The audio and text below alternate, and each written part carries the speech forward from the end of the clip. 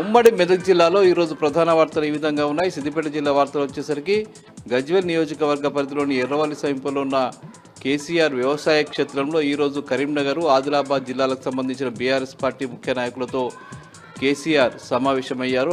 ఆయా జిల్లాలకు సంబంధించిన మాజీ ఎమ్మెల్యేలు ముఖ్య నాయకులంతా కూడా ఈరోజు ఈ సమావేశంలో పాల్గొన్నారు. కేసీఆర్తో భేటీ అయ్యారు. ఈ సందర్భంగా కేసీఆర్ వాళ్లకు ఈ నెల 27న జరిగేటువంటి బీఆర్ఎస్ పార్టీ సంబంధించిన రజతోత్సవాల మహాసభకు సంబంధించిన ఏర్పాట్ల విషయమై చర్చించారు. ముఖ్యంగా ఎల్కతుర్తిలో జరిగే బహిరంగ సభకు ఆయా జిల్లాల నుంచి భారీగా ప్రజలు తరలి వచ్చే విధంగా చర్యలు తీసుకోవాలని చెప్పి ఈ సందర్భంగా చెప్పారు. ముఖ్యంగా రాష్ట్రంలో రేవంత్ రెడ్డి ప్రభుత్వ హయాంలో ప్రజలంతా కూడా సఫర్ అవుతున్న నేపథ్యంలో బీఆర్ఎస్ వైపు ప్రజలు చూస్తున్నారని, ఈ నేపథ్యంలో పెద్ద ఎత్తున ఈ సభకు తరలిరావడానికి, స్వచ్ఛందంగా తరలిరావడానికి ప్రజలు సిద్ధంగా ఉన్నారని, వారందరినీ కూడా సభకు తీసుకురావడానికి అవసరమైనటువంటి అన్ని ఏర్పాట్లని చేయాలని చెప్పి ఈ సందర్భంగా కేసీఆర్ వాళ్ళకి చెప్పడం జరిగింది. అట్లాగే హెచ్సియులో జరుగుతున్న పరిణామాలపై కూడా ఆయన వాళ్ళతో చర్చించినట్టుగా తెలుస్తున్నది. ముఖ్యంగా విద్యార్థులు చేస్తున్న ఉద్యమానికి బీఆర్ఎస్ మద్దతుగా నిలవాలని కూడా ఆయన చెప్పినట్టు తెలుస్తూ ఉన్నది.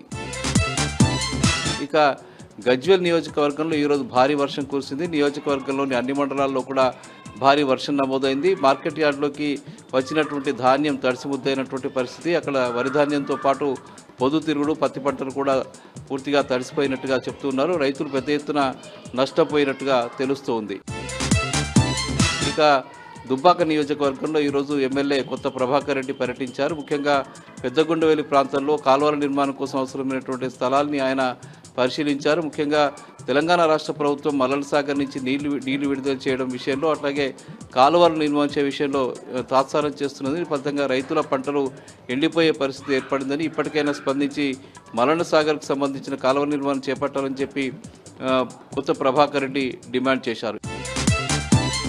యూనివర్సిటీ భూముల్ని రక్షించుకోవడం కోసం హెచ్సియు విద్యార్థులు చేస్తున్నటువంటి పోరాటానికి మద్దతుగా సిద్దిపేటలో బీఆర్ఎస్పీ విద్యార్థి సంఘం ఆధ్వర్యంలో పెద్ద ఎత్తున ఆందోళన నిర్వహించారు, నిరసన ర్యాలీ నిర్వహించారు. సిద్దిపేట పాత బస్టాండ్ వద్ద రాస్తా రోకో చేసి ధర్నా నిర్వహించారు. ఈ సందర్భంగా రేవంత్ రెడ్డి ప్రభుత్వ చర్యలను వారు తీవ్రస్థాయిలో దుయ్యబట్టారు. ఇప్పటికైనా ప్రభుత్వం కళ్ళు తెరిచి ఆ ప్రాంతాన్ని సంరక్షించాలని చెప్పి వాళ్ళు డిమాండ్ చేశారు.